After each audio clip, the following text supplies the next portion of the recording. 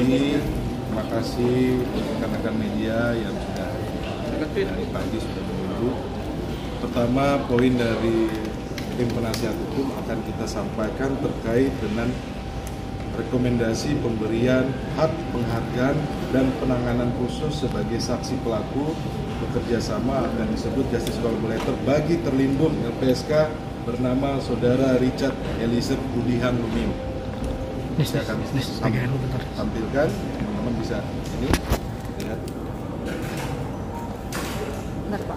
Ini disampaikan pada kejaksaan ya, jaksa penuntut umum.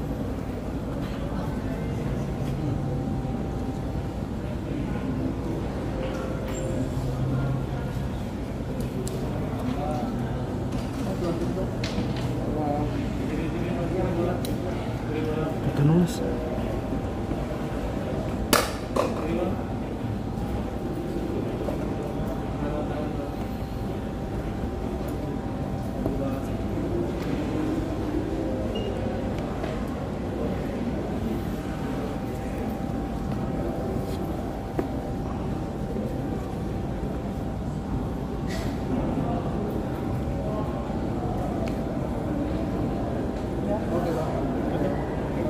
Oke.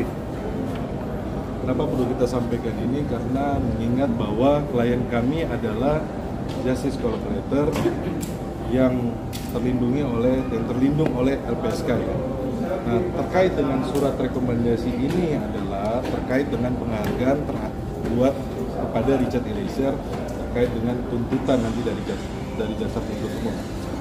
Nah, yang disampaikan oleh LPSK adalah sudah sangat jelas bahwa Richard Eliezer bukan pelaku utama.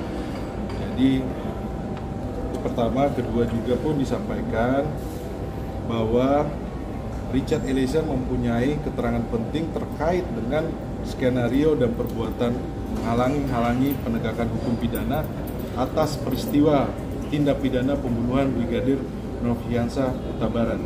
Yang ketiga, Saudara Richard Eliezer bersedia mengungkap tindak pidana pembunuhan yang melibatkan terdakwa Ferdi Sambo yang saat peristiwa menjabat sebagai Kadif Propam Mabes Polri dan yang merupakan atasan yang bersangkutan sehingga berpotensi mengancam jiwanya.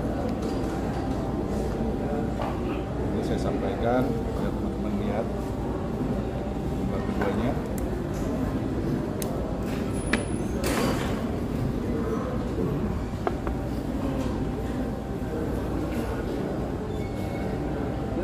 Sudah? Lembar ketiga ditandatangani oleh ketua.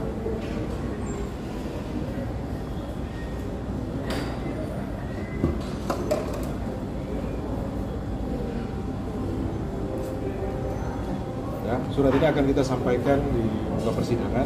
Harapan kami tentunya terkait dengan rekomendasi untuk penghargaan kepada Richard Eliezer, kami berharap sangat pada kejaksaan untuk mengabulkan terkait rekomendasi dari lembaga perlindungan saksi dan korban untuk klien kami.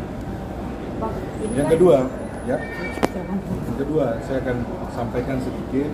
Hari ini kan kemarin minggu lalu kita sudah sampaikan kepada rekan-rekan media bahwa kita akan menanyakan terkait sarung tangan ya, karena kami melihat bahwa ada perubahan BAP dari saudara Ricky Rizal dan Kuat Ma'ruf bersamaan di tanggal 18. Jadi ini menjadi kecurigaan kami. Yang awalnya mereka sampaikan bahwa mereka melihat sarung tangan, tapi pada 18 Agustus mereka mencabut 18 Agustus mereka mencabut keterangannya dan menyampaikan tidak melihat sarung tangan. Nah, ini kita juga membawa sampel ya.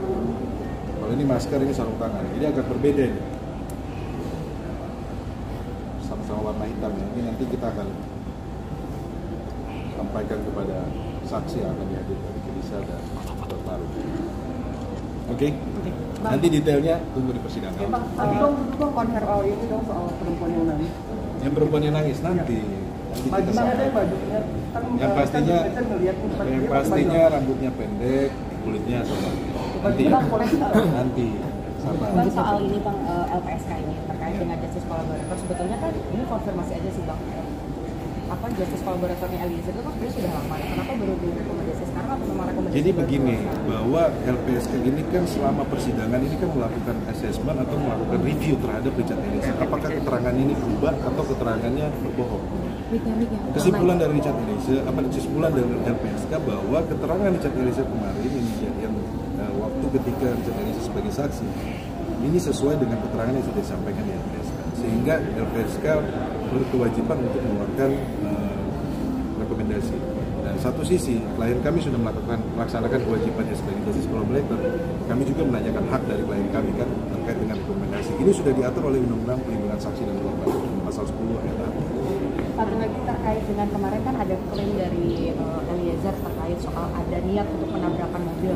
Ini disampaikan Ricky Rizal kepada Eliezer. Nanti akan dikonfrontasikan pada Ya, kita akan tanyakan karena sebenarnya begini. Pertama, kan kalau kejadian di Magelang, kenapa saudara Ricky Rizal mengambil senjata? Kedua, dia berbicara dengan Putri Chandrawati. Ketiga, almarhum Joshua sempat menanyakan senjatanya di mana. Itu Ricky Rizal tidak kembalikan. Kemudian yang keempat, kenapa almarhum Joshua yang harusnya satu mobil dengan saudara Putri Chandrawati tetapi dipisah mobilnya? Dan kelima, ini sebenarnya logika sederhana. Kenapa bukan almarhum Joshua yang menyetir mobil tetapi dia duduk di sebelah kiri, ya? Bang, satu lagi bang, soal kejadian di Magelang. Karena satu kejadian yang Baradae sendiri yang tidak tahu apa kejadian, sementara yang lainnya tahu. Itu bagaimana? Apa kejadian apa? Kejadian di Magelang. Apa kejadiannya?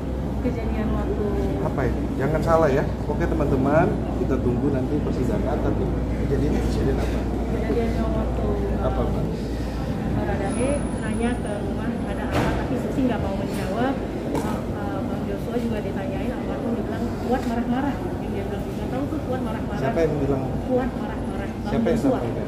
Buat Mark. Oke, itu betul terus. Itu kejadiannya sampai sekarang kan Nah itu sebenarnya begini, itu memperjelas bahwa klien kami tidak punya mens rea, tidak punya niat, karena dia tidak tahu apa-apa, tidak tahu apa kejadian di Magelang, kan? Itu dulu. Jadi kalau terkait dengan yang terjadi di Magelang kan saudara Susi dan saudara Kuat Maruf sudah sampaikan di persidangan ketika mereka menjadi saksi, mereka tidak mengetahui ada pelecehan, ya sudah terpatahkan itu soal pelecehan di Magelang. Oke? Oke, Bang. Ya. Terima kasih.